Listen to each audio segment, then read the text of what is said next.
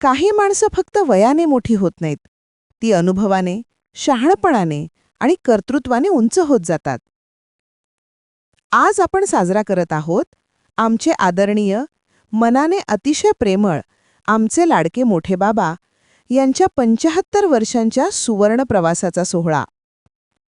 त्यांच्या आयुष्याचा खरा आधार म्हणजे श्रद्धा, विठ्ठलावरची अढळ भक्ती, पंढरपूरचं विठ्ठल दर्शन असो, ऊन असो की पाऊस, त्यांच्या पावलांनी कधीच थांबायला शिकलं नाही. त्या भक्तीबरोबरच त्यांनी शेत सांभाळलं, घर सांभाळलं आणि सगळ्यांच्या भावना जपल्या. या सगळ्या प्रवासात त्यांना मोठ्या आईची साथ लाभली. घरासाठी, नात्यांसाठी आणि संसारासाठी. 9 मुलांना वाढवणं सोपं नसतं, पण त्यांनी प्रेम, संस्कार आणि जबाबदारीनं संपूर्ण कुटुंब घडवलं.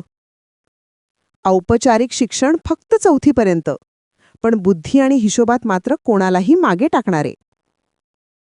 बोटांवरच सगळा हिशोब मांडायचा, कागद पेनची गरजच पडायची नाही. कुठलाही व्यवहार असो, शेतीचा हिशोब असो, घरचा खर्च असो, मोठ्या बाबांच्या लक्षात सगळं अचूक असायचं. आणि अजून एक खास आवड म्हणजे क्रिकेट.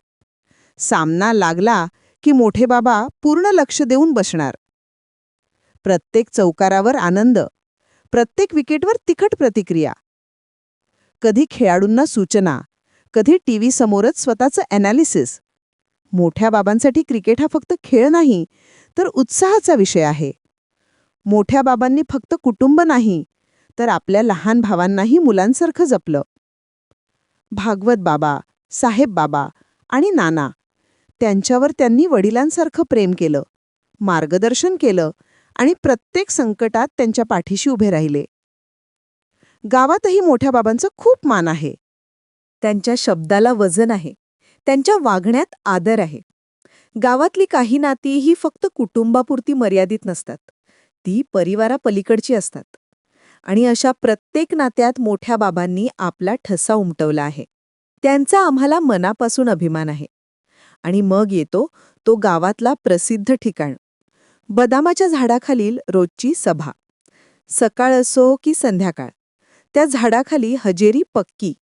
देशाचं राजकारण, गावच्या बातम्या, शेतीचे हिशोब आणि थोड्याफार रंगलेल्या गप्पा.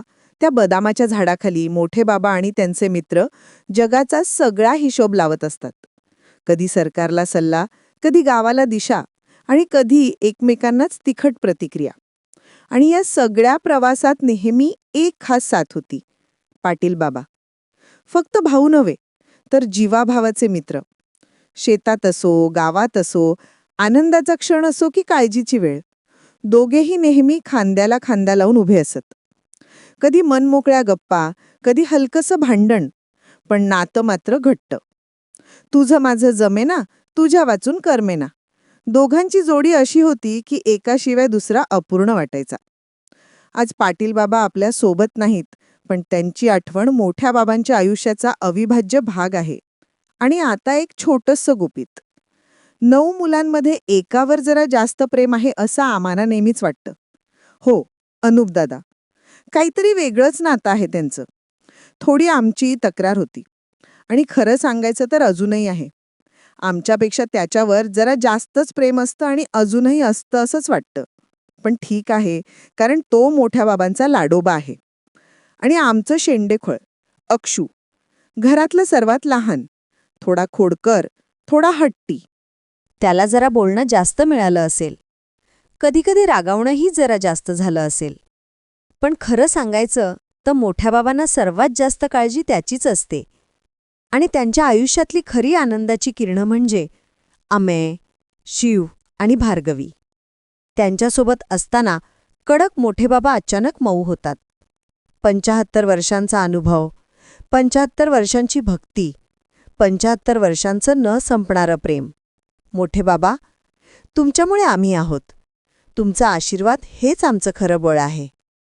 वाढदिवसाच्या मनःपूर्वक हार्दिक शुभेच्छा, आमचे मोठे बाबा.